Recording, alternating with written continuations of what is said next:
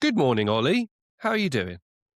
I'm very well, thank you, Duncan. I thought... This is a novel way of introducing quite a serious topic. I know. I thought we would discuss something, just a little thing today, something relatively inconsequential on the Short Fuse podcast, just capitalism.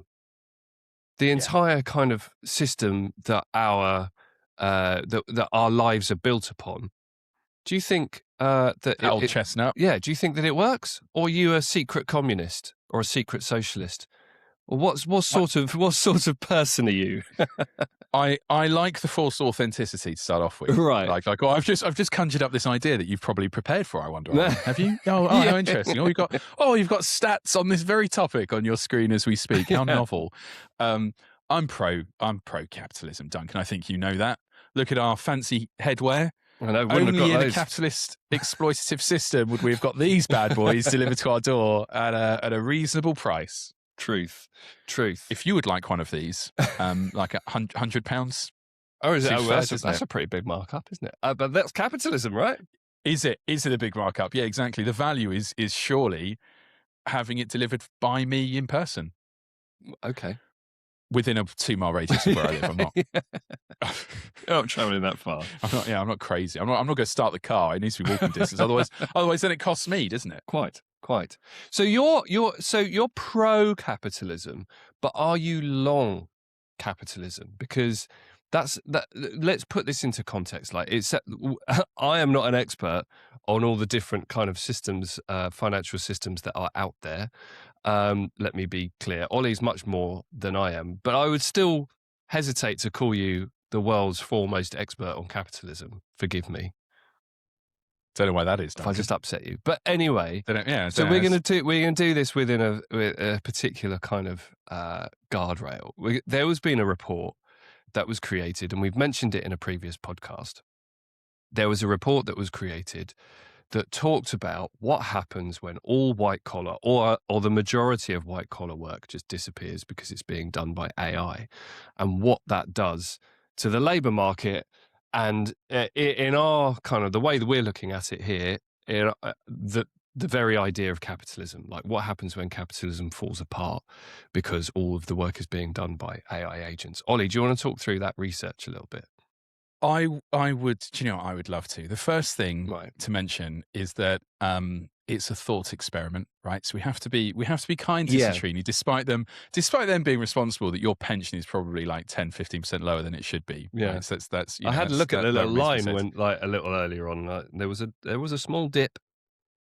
Well, so before we dig into what it said, once again, like our analysis of that famous McKinsey report, I think the most interesting part of it is not necessarily what they said, but how it was received. Quite. And the fact that fan fiction, I still think that's the best description of economic fan fiction, that a piece of economic fan fiction from an organization that seemingly not a lot of people in the industry knew about. I mean, I'm trying to get a sense of how well. I'd never heard of them before. I hadn't, but the Financial Times. They were quite well thought of.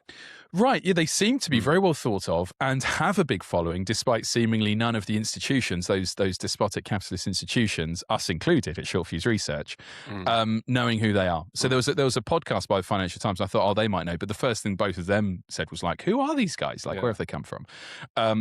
So it's a piece of fan fiction from an organisation that's either really well known or not known at all, depending on where you sit, seemingly.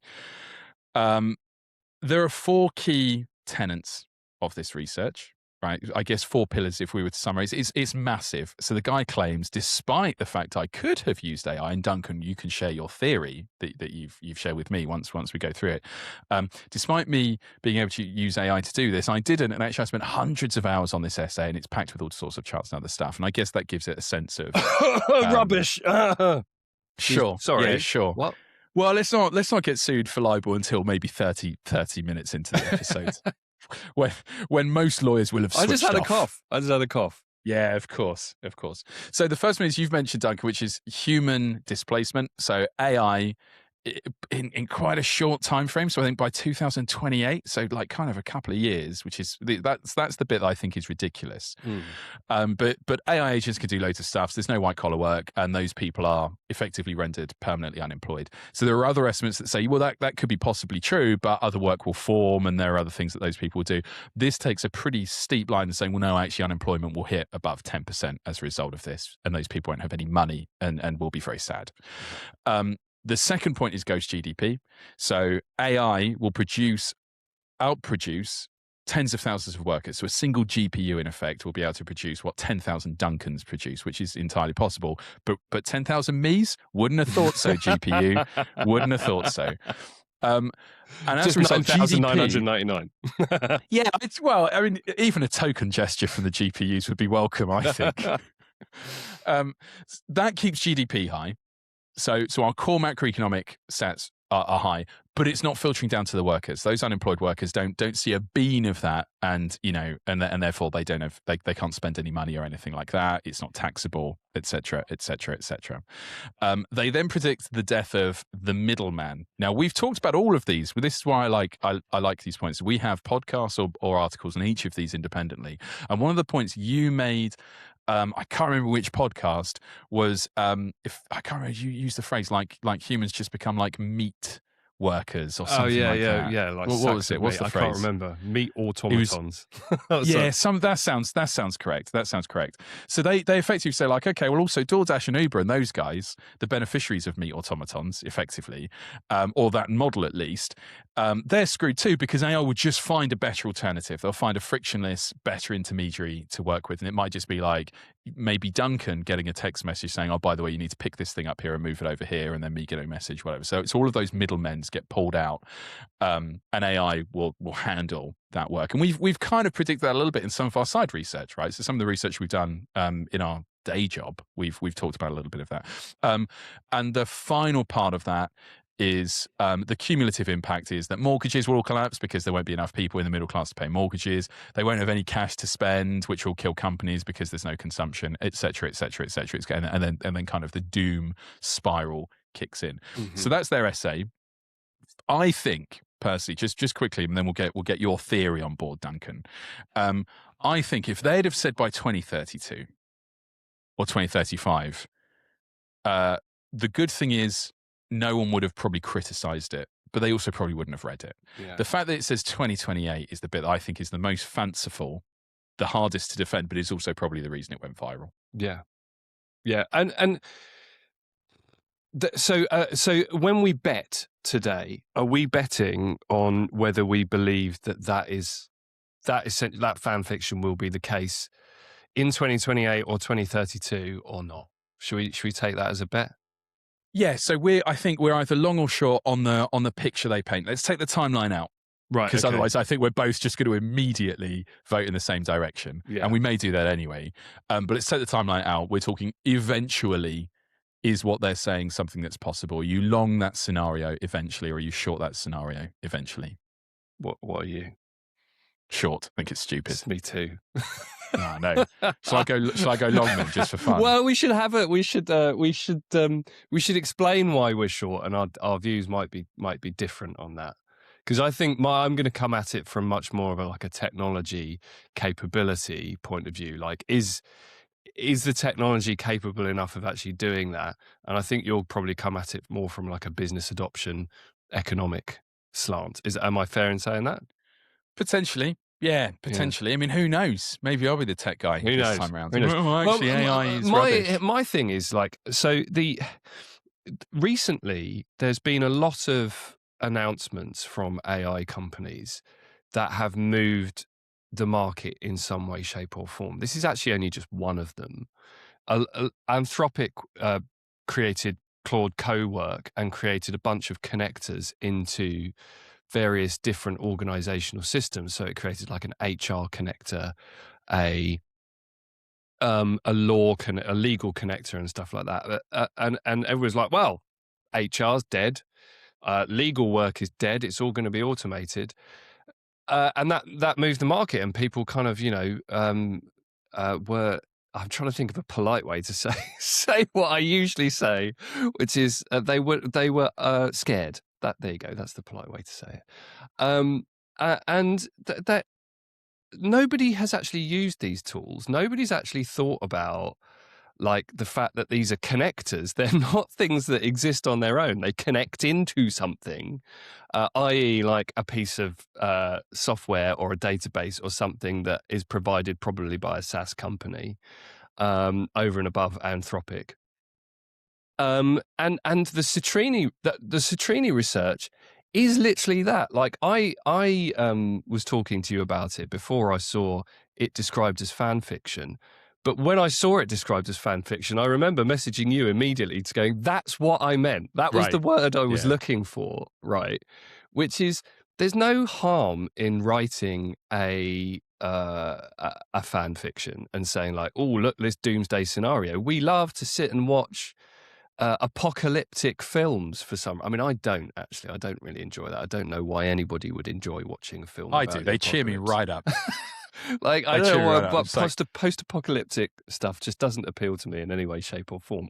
But people lap it up, and this is all that was. Is like, wow, everybody's imagining that this might be the case. Let's do a bit of fan fiction, and libel aside, I could probably create something fairly similar with a complex prompt into an AI service that said, here's the scenario that I want you to write about and give me hypothetical headlines for, and even the way it was structured, like, this is a note from 2028. It wasn't like, here's like a hypothetical situation. Like, it was told like a story. It was like War of the Worlds, like, here's a note from us in the future. I mean, it just smacks of that's how AI would do it, right? But take it at face value. They didn't. Now, what's interesting is that, like you said at the beginning, what's interesting is not the report itself, but the fact that people reacted to it so strongly and the markets reacted to it so strongly, which is like, just shows a sense of concern that is out there. I believe, actually, the more and more we look at this, is that, yes, AI it's such a boring old story now. Yes, AI can do a lot by itself, but the lot that it can do by itself is low-level stuff that could, in a way, always be automated. Things haven't been automated, and there are barriers in the way that mean that, as you say, 2028 is extremely optimistic to see that scenario play out. I think 2032 is still extremely optimistic, and to an extent, with the technology as it stands at the moment, I think any scenario for that to play out is extremely optimistic because of issues around quality, cost, deployability, infrastructure to do with AI. I just think that we're not going to hit that level of automation and job loss within those time periods, unless there's some sort of, quantum leap in AI architectures or infrastructure or power supply or compute that comes off. So I'm short on it for a number of reasons, those being the primary ones. I think you should do that prompt, Duncan, right, during the show. Okay. And it should be, and get it to be no longer than, like, I don't know, 100-word poem. A poem. And then you can read it out at the end, and we'll see whether or not your theory is correct. Okay, right. Why don't you fan poems? While you are telling us why you are short on that, why don't I'll just quickly see if I can create a poem, and then I'll read it out in a minute. Good. Okay. Yeah, great. But you can't interfere with the poem. It needs to be. I want to hear, like, you just want to hear like it's not. It's right. Yeah. Okay. I want to hear the pure AI of it all. Right. Okay. Right. Because as we all know, AI can do art better than humans. We all know that. Dear, tell you what, you can write poetry better than I can. That's for sure. Yeah. I don't dispute that at all. All right. Well, you crack on. Explain to us why you're short, and it better be long because I'm going to be writing a poem. It's going to take ages. I'll tell you why I'm long. First of all, shall I, Duncan? Long Long elements. Oh, I'm long some elements, Sonny Jim. Oh, okay. Big time. Surprised to hear that. Hear me weren't out. we? I'm going to Surprised try hear and multitask, which I've always been extremely poor at. But please go ahead. No, you shouldn't take too long. So you should just write me a poem about economic collapse, based on the fanfiction Catrini, and just see what it comes out with. Mate, even doing that whilst trying to listen to you is quite tough for me. So crack on. I'll be with you in a minute. Well, I do have that droning voice that burrows into people's consciousness. Yes. So here's the part I'm long. They talk about AI agents eliminating economic friction, specifically focused on middlemen.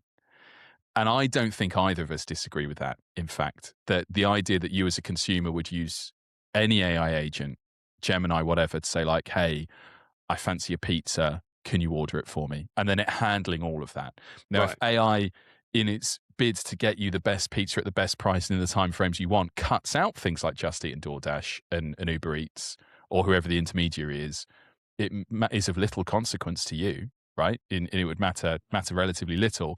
Whereas the AI companies would prefer to cut out those intermediaries because then they get more chunk of change. Sure, they get a higher higher sure, chunk. but just because those intermediaries that exist today are cut out doesn't mean that there won't be some other intermediaries that are required to make that vision happen.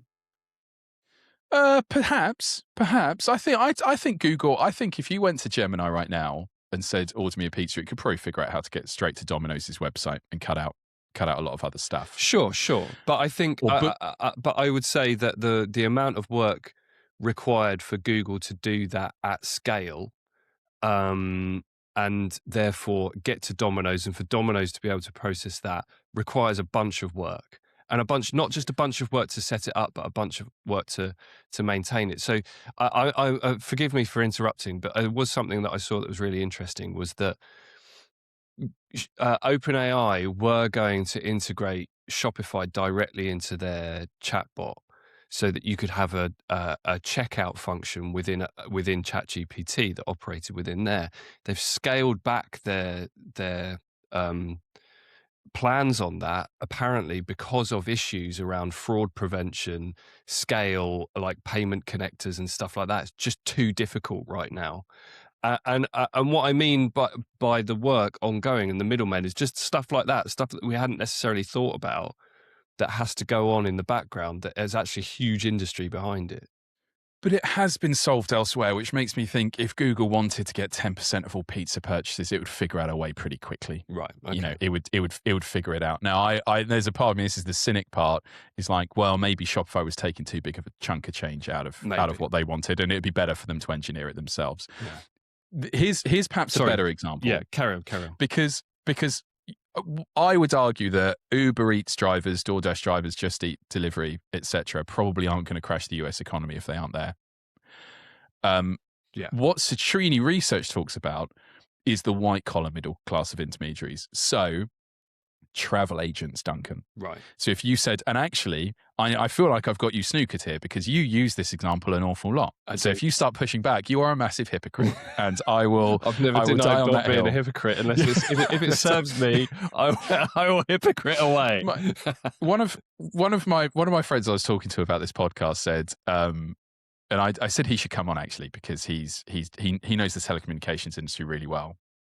Whether or not he wants to and be subjected to this is another question entirely, or whether Duncan, who is a massive gatekeeper, would even let him on. Right. Who knows?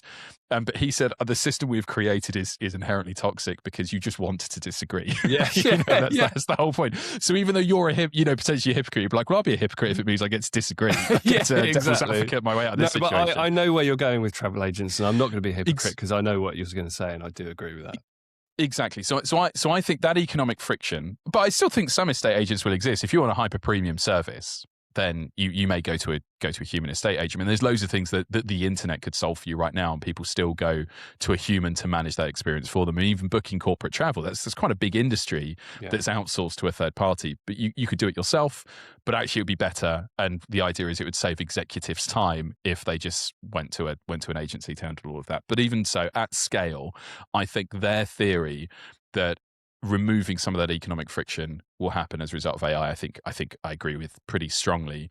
I don't, however, believe that will cause 10% unemployment and the hollowing out of the middle class, which is effectively the theory they're coming up with. So- Their big bet is that the intermediaries are so economically powerful that if AI were to very swiftly remove them, it would cause an economic collapse of some description. So if for those of our listeners who aren't like listening for this from a business perspective, it's more for fun. Another side of it was more for Who are fun. they? Who would listen to this for fun? Who's listening to this, first of all? Yeah.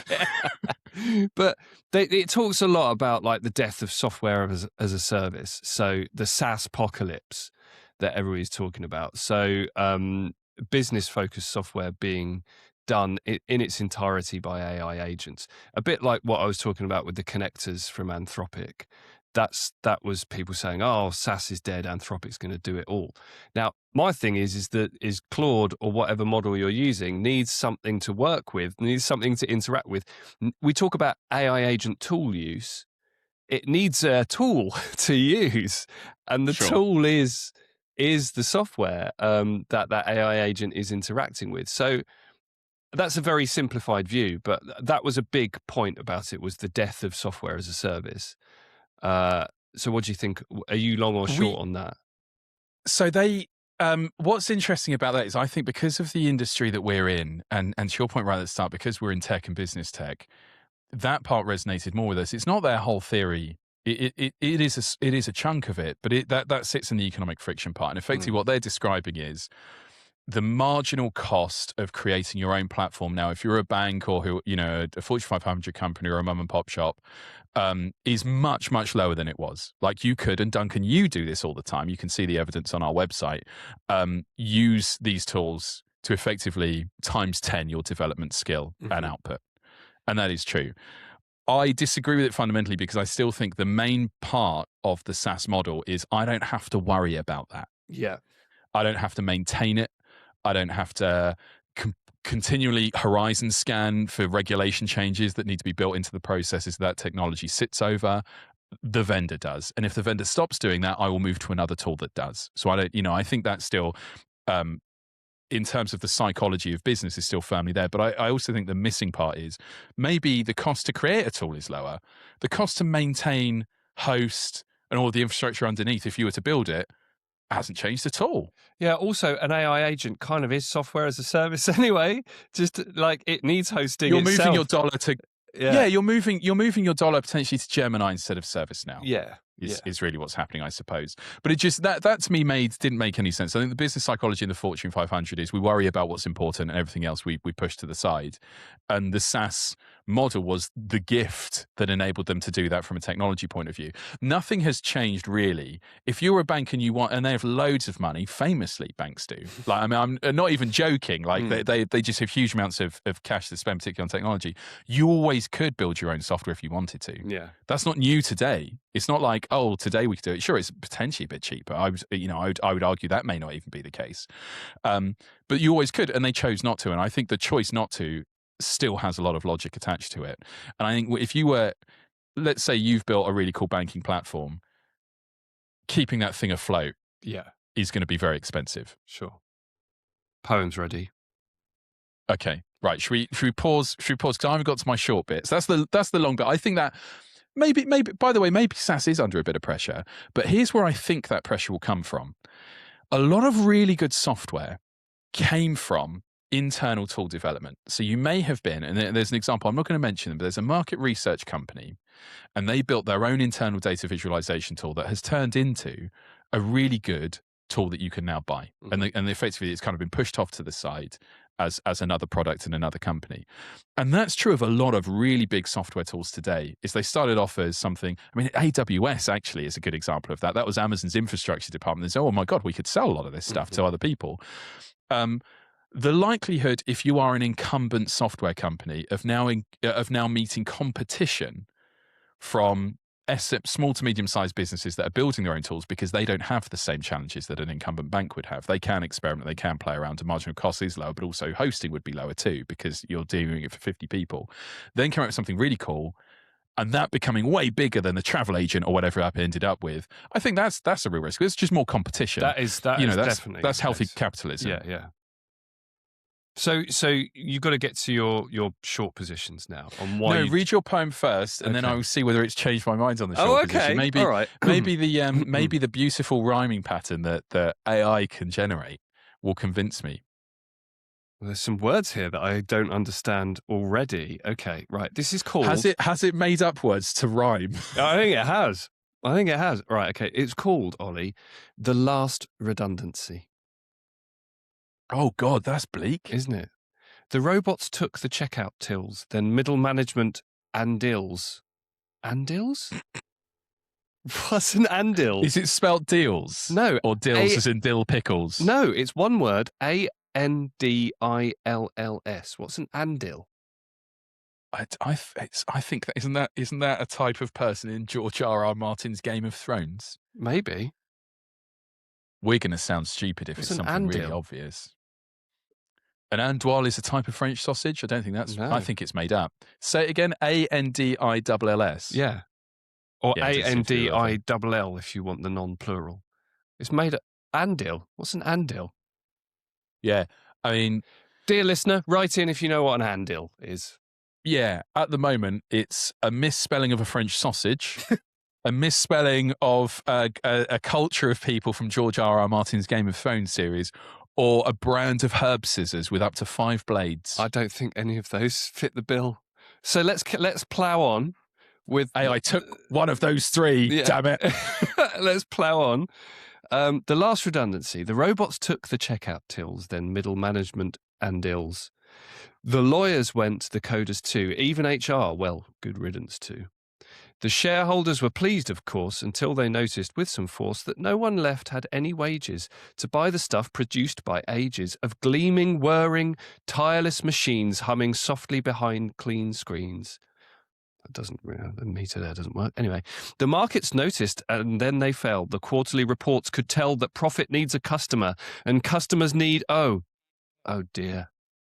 Bezos refreshed the dashboard twice. The algorithm offered nice suggestions. Thoroughly upbeat, consider selling to the fleet of warehouse bots in Unit 4. The bots, of course, required no more than electricity to thrive. No pension, no desire, no drive. No coffee, no despair, no debt. No mortgage on a flat they never quite afford to let. And so the system, clean and lean, produced and stored and stayed pristine, making everything for no one under an indifferent sun. That's quite beautifully read. That's quite a poor ending.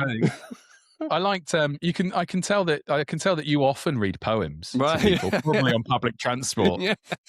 or taking in their likeness on charcoal. Yeah. Well, I mean. There's a few things in there that I think were... I mean, I got into it in the middle, I have to say. It's a bleak old picture. But the beginning still. And the indifferent sun, produced and stored and stayed pristine, making everything for no one under an indifferent sun. Oh. Yeah, it's good, isn't it? I mean, I think its source material there is a Philip K. Dick short story where it's an Amazon-esque warehouse that eventually has to create people, so it has something to ship its products. Right, to. And then this is the whole point around like the death of capitalism. Is that the way in which we exist at the moment requires people to buy stuff, and if AI is going to take all these jobs, which it isn't, then you will have nobody to buy to consume the services or products that those AI agents are creating. Therefore, everything falls apart. Yeah, I think that's the weakest part of the theory. So to touch on something you said, the 2 reasons I'm sure short can be on this future. You've touched on one of them, but I'll categorize it as kind of this frictionless adoption. So the idea that you can, I mean, in the space of a year, I mean, no one does anything in a year. Most people can't even, book a holiday in a year, for Christ's sake. You spend months in advance, trying to figure the right place. Is Minorca the right place? Who can say? The idea that AI will just switch on and seamlessly transfer all of us out, sure, just seems ludicrous. There's a huge amount of work to actually implement this in the first place. Well, we've had it for 3.5 years so far, and it hasn't happened. There's no bit. The switch hasn't been hit, has it? Yeah. So we've been talking. It always feels like we're talking about a new thing still, and it's not that new. It's getting better and better and better, but we have been playing with this for 3.5 years, and we're all basically fine. Some of the biggest rebuttals to it is, and we talk about this quite a bit, is, and we have just mentioned it, developers are probably the hardest hit. Mm-hmm. In theory, they should be the hardest hit. You can now develop software. You don't I can type in my own idiotic way, build me a funny app that tells me the different colors of ice creams or whatever rubbish it is. And it will do it. Fair enough. I don't need to code, I don't need to understand the language. Yet developer hiring has increased over the last 3 years. So the most obvious place to see the impact would be developers, and we're seeing the opposite. So I think Citadel and a few others cited that exact thing, where they were tracking this is the one that kind of adds up, and yet it doesn't add up. That's, I guess, part of this Jevons paradox thing, which is now massively oversighted, which is if development gets cheaper, you can build cooler stuff.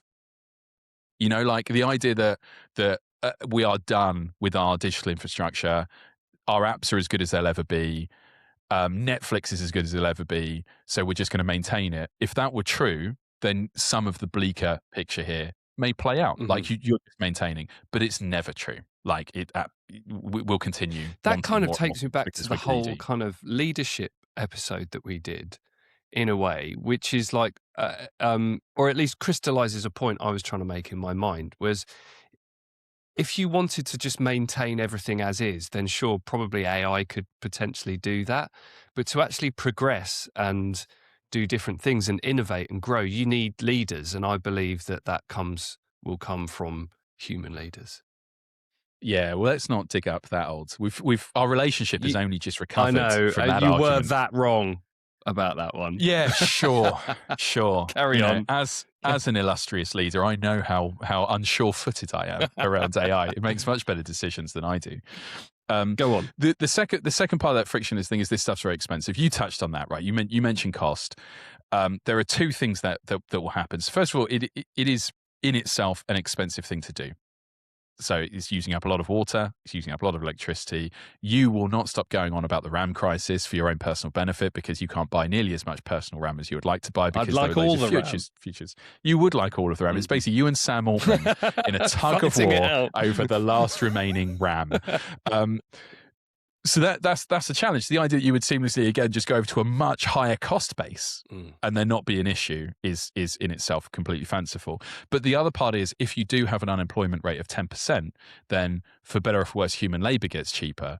And the economics of going, well, actually, instead of having an app do this for 8 times the cost, I could just get a human to do it for me. And we see that play out. There's the example I used on a recent LinkedIn article is RPA, robotic process automation. That was supposed to get rid of loads of things. Very clever. It still is very clever, actually. And actually, though, that hasn't happened at all, because in some cases, a human doing the task is a better outcome for a cheaper price. So that, I think, is completely missing from their analysis, that mass unemployment wouldn't in itself mean wages come under pressure.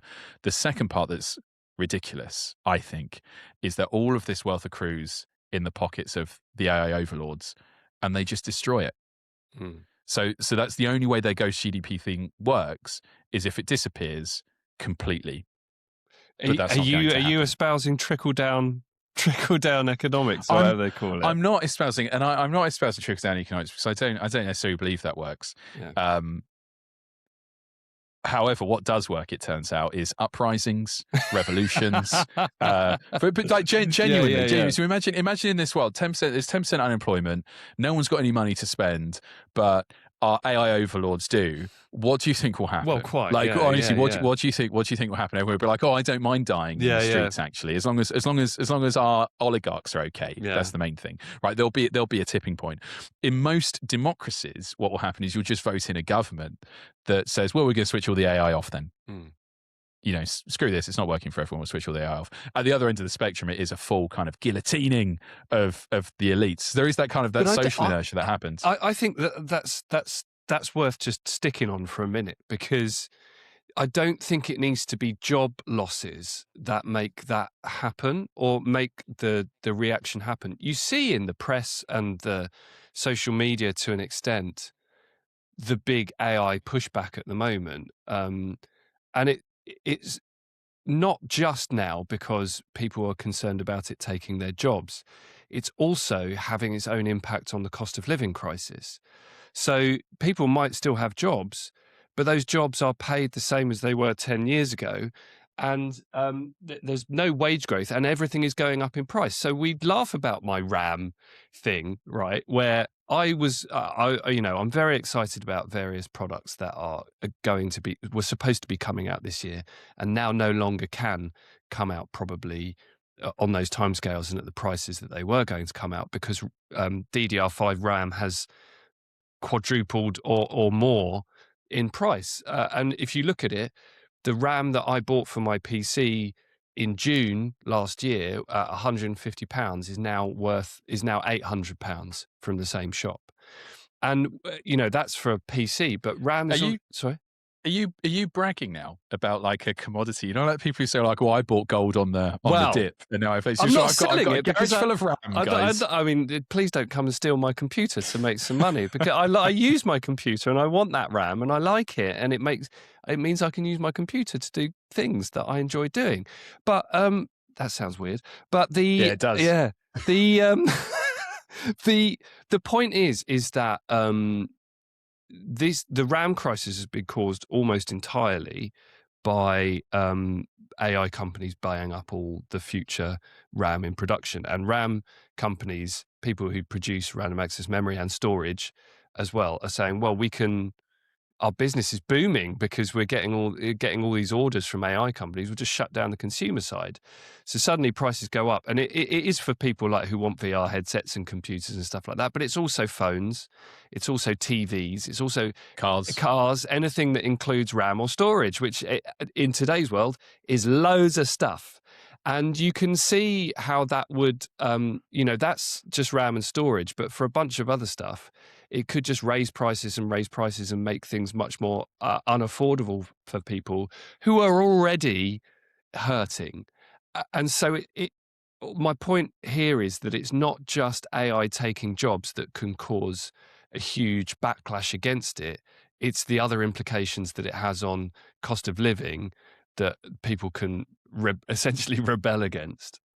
Well, rebellion's probably a strong word, but I think that pushback's, the rebellion has started. Yeah. Revolution? That pushback in particular. Yeah, I think revolution's a stronger word. What is stronger?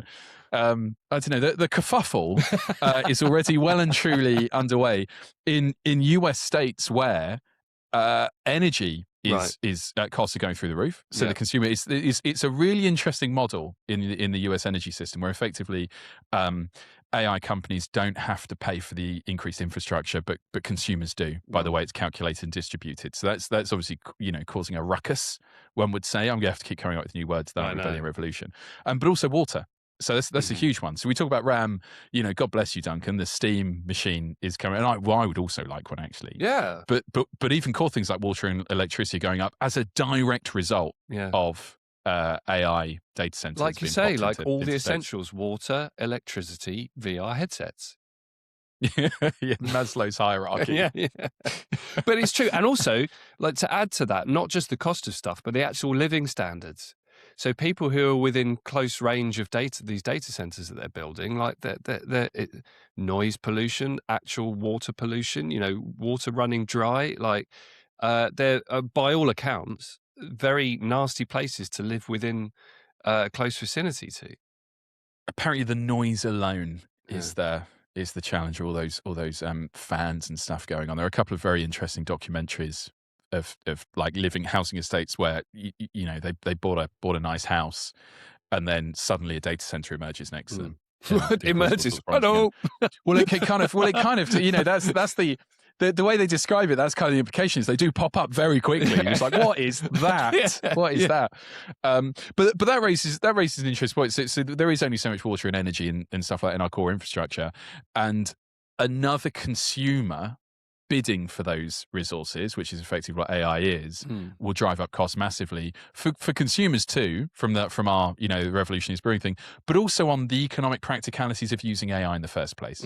So it could get more expensive to automate the labor that a human would do, and a human is therefore a better economic option than AI is, because it's heavily subsidized right now. It's heavily subsidized in a couple of ways. First of all, directly by capital. The second one is, like I mentioned, in a lot of states, they're not paying for the additional energy infrastructure. It's being offloaded onto consumers, which is an indirect subsidy. And the same for other things like water. So consumers are effectively subsidizing it in the states where data centers are being built. Now, if all of that stops, and you had to, this is a point we make in a lot of our work, if you had to pay the total cost, most people wouldn't. Yeah, and therefore it's not going to take the jobs or be, as big a part of our lives as the Catrini research suggests it might be. Yeah, and I think the argument, a lot of the counter arguments are, and I guess we've touched on them, that because consumption is so important for our market capitalist model, that in itself is an argument why this won't work. Mm-hmm. It'll be stopped in some way, because without people consuming things in this bleak picture that they paint, then the whole system collapses, and systems don't like collapsing. But I just think that's the weakest argument. I think even getting to that point probably isn't going to happen. Well, people won't need to stop it, because we won't be able to get to a point where it needs to be stopped. Exactly. It's just not going to do what it says. But also, if specific buckets of consumption do change, you go to less travel agents, you stop your weekly visit to the estate agents, Duncan, wasting their time over your dream holiday, and then deciding last minute that you're probably not going to go on it. You'll save it until next year or whatever it is. I'll spend the money on RAM instead. Well, that's exactly the point. Is you'll spend that money elsewhere, and it will create new industries and new jobs. So a RAM merchant might become, someone. But that's what you have for insurance brokers. You could go online and handle insurance. There is a giant insurance broker in the middle of my town that I walk past, and I often think, like, how is that still in business? But it's always packed, because people want to get a better deal, and they'll want to sit in front of a human and talk through all of their complex life and how they like all of these difficult sports or whatever it is, and have someone get them the best policy possible. Well, it's entirely possible that people like us in a couple of years' time will be going to RAM merchants who can source us the RAM that we need for all of our dreams. Like, your consumption will shift somewhere else. I mean, that's a bad example. Yeah, but I know what you mean. But your consumption will shift elsewhere, and where an Uber Eats delivery driver has now been displaced, a RAM merchant has been created over at the other end of the spectrum. Because I think this was a big point. I can't remember the economist. There's a famous economist from I think it was the 1800s. I can't remember his name. It's embarrassing that I can't remember his name. But he effectively said there's this big problem, which is automation's gonna do exactly what Catrini are talking about. And effectively, part of the defense now is, well, they misunderstood completely the elasticity of human demand. That we are greedy little terrors, that if we can't buy one thing, or we finish buying that thing, or we're completely sated with the amount of RAM that we have, we won't just hold on to that money. We'll go and buy other things. We'll find other things that people are creating. Like, no one needed to buy an iPhone when this is a really bad analogy right now, because I'm crossing historical periods. But the reason Apple is what it is today is because people eventually had enough money, not spending it on things like food and water, because food and water got cheaper, that they could buy an iPhone. And if that weren't the case, then Apple wouldn't exist and iPhones wouldn't exist. Like, part of this is just the natural progression of, well, this type of thing is now commoditized. It's cheaper to do. So we'll go off and enjoy doing something else, or spend our money on something else. And it's completely missing, I think, from Catrini's research. It's just like, well, people are unemployed, they have no money, and that's sad, and then the economy collapses. Yeah, it's quite a simplistic view, which, again, just like, and this is actually casting no aspersions on Catrini, because they never said, like, this is what's going to happen. It was always kind of marketed as a bit of a fan fiction. It was like, here's a note from 2028, like somebody's come back in time to give us this information. I can't remember my point. I'm with you though. I think your point is I kind of feel a bit bad for them. It's a bit like one of our podcasts suddenly, like, chief economist at Goldman Sachs, just like, oh, actually, guys, here's bit by bit why you're wrong. Yeah. It's like, well, we were just having some fun talking about crime. Yeah, and that's the thing, right? Is that it was. I don't think it was ever meant to be taken totally seriously, but the fact that people are talking about it, I think, is a good thing. But so let's just take a bit of a review about where we are. We are both do not think that capitalism is about to collapse, or do we both think we're not long on that view of the future from Catrini? I'm not. Yeah, I think we're not long. I think if we're going to tackle capitalism, it's going to be like one of those, like the rest is history does them, where it's like a 12-part series. Yeah, I think we'll just have to we pick. might be biting off a bit more than we can chew trying to do that. Yeah. Oh, I think suddenly we might get a Catrini viral thing where it's like, oh my God, short fuse research declared capitalism dead. Maybe we should, for that purpose alone, for that reason alone. Go on then. Yeah, it's dead. Yeah, totally dead. Yeah. Don't know why. I'm not going to back that up. Yeah. Why should I? Yeah. I shouldn't have to back up my ideas. Yeah, but I'm very short on that view of the future that Catrini laid out. But also long on the fact that it's worth looking at what those future projections might be, because I don't think it's going to be exactly the same as it ever has been. It would be foolish to think that AI is going to change how software companies work, how software as a service is used and created, how those middle intermediaries and how consumers function and what they do. I think it will very much change. Yeah, I think, and we've missed on because when we were chatting about this to start off with, there was a point we made, which is in our very first episode, we talk about universal basic income, right? And again, what a lot of this discussion, this doom and gloom discussion, describes is the state and consumers just rolling over. And letting it happen. A more likely scenario, if this does, and actually I don't necessarily think it's a bleak picture. To me, this is utopian, bizarrely. Don't need to work what you're anymore. Describing, well, you're describing in many ways humanity taking this. I'm going to use a phrase that is got some bad connotations attached to it, but I'm going to say it: a great leap forward. I'm sorry, anyone who is aware of the historical precedent of that phrase, but I can't think of anything. But it is right. So you're saying literally society gets its shit together to such an extent that we automate loads of stuff. Productivity goes through the roof on a per capita basis because GPUs can outproduce 10,000 workers. All you need to make that less bleak is what will almost certainly happen, which is either we move off and do other things, like we no longer mine coal, for example. Because we do, but. No, but you know what I mean. Like we don't need hundreds of workers in there. We have machinery that does it, and no one. I'm not going to go there. So in the UK, that's still a very political right community. Gosh, you're really digging your holes today, Ollie. I'm not going there.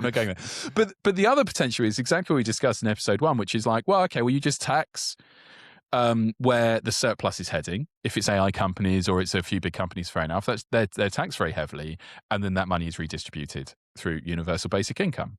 And one of the arguments that we've made in one of our first pieces of research in our day job did talk about humans being displaced, and we did a series of blogs. What do you do with that productivity extra? Yeah, but also we did talk about the consumption flowing elsewhere. So you could, hey, it's 4-day work week, 3-day work week, whatever. It's universal basic income, or it may be humans now have that increased leisure time and leisure spending, and the quality of leisure is increased. So that becomes a much bigger part of the economy. So you're going to restaurants more, you're going to cafes more, you're going to book readings more, and cinemas more, and theatres more, and all of your consumption heads in those areas, which is human to human. Like, all of these scenarios are entirely possible, and I think more probable than everyone's unemployed now and can't spend money and no one can cover their mortgage anymore and the world ends. Yeah, I mean, gosh, the world is in a strange place at the moment, but to the extent where I'm slightly more leaning towards that it is more like, oh, well, nobody can live anymore and nobody can pay their mortgages anymore and the world ends, rather than this like lovely utopia of everybody just sitting down reading books all day. Maybe that just says more about my state of mind than anything else. I think even with if let's say the theory that grounds out the Catrini report, which is the AI just does this massive amount of work all of a sudden, I still think we will find ways, masochists as we are in the human race, to still do a 40-hour week. Well, we will, because that timeline, like you say, like a very simple level, there is no switch that one can pull that means that AI is suddenly doing all the work that humans did. There's a huge amount of work to actually implement that into organizations. And we see from the state of digital transformation of any organization takes a long time and is not easy to do, costs a lot of money, and to be frank, often fails. So to think that AI will suddenly come in and replace all these workers in all these different organizations at the flick of a switch, I think is extremely optimistic. It's beyond optimistic. It's utopian. That's Well, my point. Like, I mean, come on, guys. We can't even implement. I mean, they talk about SaaS. You can't even implement a SaaS time frame shorter than that one. Sure, you're literally plugging it in. But it's and that's going to create a lot of work for people to put AI in, and to maintain it. And also, I just think, let alone implementing it, maintaining it, and running it, and using it, and growing it, and coming up with new things, and coming up with new architectures for AI to do stuff, and fine-tuning models, and making sure that it's regulated correctly, God forbid, it's just huge amounts of work to do for humans. And we talk about AI kind of creating itself and becoming super intelligent, and then kind of recursively making improvements on itself. Sure, that might happen, but I think we've got bigger fish to fry if that were to happen, Right. rather than being able to pay your mortgage.